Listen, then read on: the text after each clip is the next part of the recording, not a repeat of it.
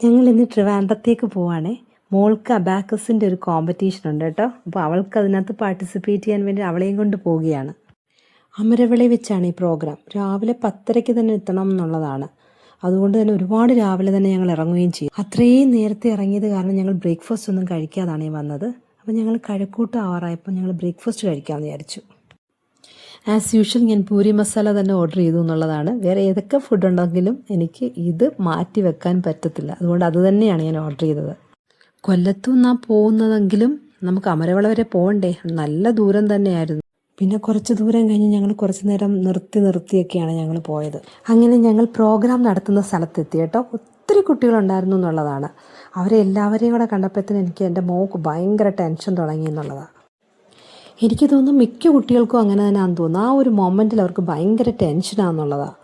അങ്ങനെ മോൾ എക്സാം എഴുതാൻ കയറി കേട്ടോ. ഏകദേശം 2 മണിക്കൂർ കഴിയും അവൾ തിരിച്ചെത്താനായിട്ട്. അപ്പം ഞങ്ങൾ അവിടെ ഒരു ഫുഡ് കോർട്ട് കണ്ട് ഞങ്ങളും അങ്ങോട്ടത്തേക്ക് പോയി.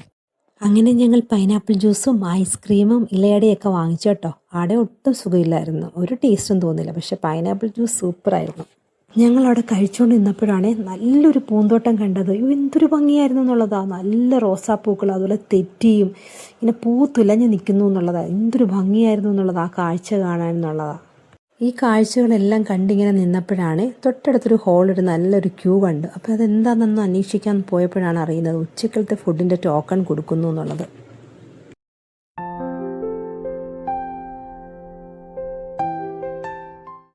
എനിക്ക് തോന്നുന്നു എക്സാം എല്ലാം കഴിഞ്ഞ് വരുമ്പോഴത്തേക്കും നല്ല ക്യൂ ആയിരിക്കും. അതുകൊണ്ടാണ് തോന്നുന്നു എല്ലാവരും നേരത്തെ തന്നെ വാങ്ങിച്ചു വെക്കുന്നത് കണ്ടത്. ഞങ്ങളും പോയി, ഞങ്ങളും ബിരിയാണി ഓർഡർ ചെയ്തു. അങ്ങനെ ബിരിയാണി എല്ലാം മേടിച്ചു വെച്ചു.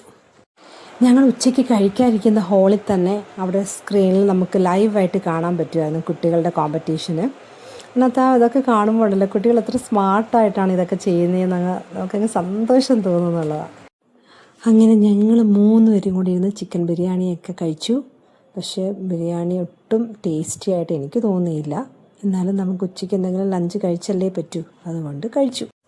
പിന്നെ ഇതിൽ പങ്കെടുത്ത എല്ലാ കുട്ടികൾക്കും ഒരു റിഫ്രഷ്മെൻറ്റ് ബോക്സ് ഉണ്ടായിരുന്നേ. അതിൽ കേക്ക് ഉണ്ടായിരുന്നു, സ്വീറ്റ് പപ്സ് ഉണ്ടായിരുന്നു, ഫ്രൂട്ടി ഉണ്ടായിരുന്നു, മഞ്ച് ഉണ്ടായിരുന്നു. പിന്നെ ഞങ്ങൾ 3 പേരും കൂടെ ഇതൊക്കെ ഇരുന്ന് കഴിച്ചു. എൻ്റെ റിസൾട്ട് വരാനായിട്ട് കുറച്ച് താമസിക്കുമെന്ന് പറഞ്ഞു, ഉച്ച കഴിയുമെന്ന് പറഞ്ഞു. അപ്പം ഞങ്ങൾ വിചാരിച്ച് കുറച്ച് നേരം വെയിറ്റ് ചെയ്യാം, റിസൾട്ട് വന്നതിന് ശേഷം ഇറങ്ങാമെന്നും പറഞ്ഞു ഞങ്ങളിങ്ങനെ വെയിറ്റ് ചെയ്യാം കേട്ടോ. പക്ഷേ റിസൾട്ട് വരാനായിട്ട് ഒരുപാട് വൈകുമെന്ന് പറഞ്ഞു കേട്ടോ. അപ്പം പിന്നെ ഞങ്ങളങ്ങ് തിരിച്ചു, കാരണം കുറേ ദൂരം പോകണമല്ലോ നമുക്ക്. പാർട്ടിസിപ്പേറ്റ് ചെയ്ത എല്ലാ കുട്ടികൾക്കും മെഡലും സർട്ടിഫിക്കറ്റും ഉണ്ടായിരുന്നേ. അങ്ങനെ ഞങ്ങൾ ഇറങ്ങി ഒരു 1/2 മണിക്കൂർ കഴിഞ്ഞപ്പോഴത്തേന് റിസൾട്ട് അനൗൺസ് ചെയ്തെന്നും പറഞ്ഞ് വിളിച്ച് അങ്ങനെ ഭാവനയ്ക്ക് 3rd റണ്ണറപ്പായിട്ട് കിട്ടി.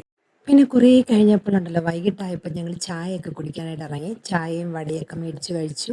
പിന്നെ അവിടുന്ന് തന്നെ ഞങ്ങളങ്ങ് പാഴ്സൽ വാങ്ങി, കാരണം രാത്രി ചെന്നിട്ടുണ്ടാക്കാൻ ഭയങ്കര ബുദ്ധിമുട്ടായിരിക്കും. പിന്നെ മസാല ദോശയൊക്കെ വാങ്ങിയാണ് ഞങ്ങൾ വീട്ടിലേക്ക് പോയത്. അങ്ങനെ ഞങ്ങൾ വീട്ടിലെത്തിക്കഴിഞ്ഞു.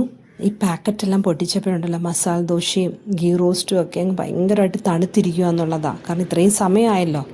ഇതൊക്കെ ചൂടോടെ കഴിച്ചാലല്ലേ അതിനൊരു ടേസ്റ്റ് ഉള്ളൂ അല്ലേ. അപ്പോൾ നമുക്ക് അടുത്ത വീഡിയോയിൽ കാണാം. Bye bye.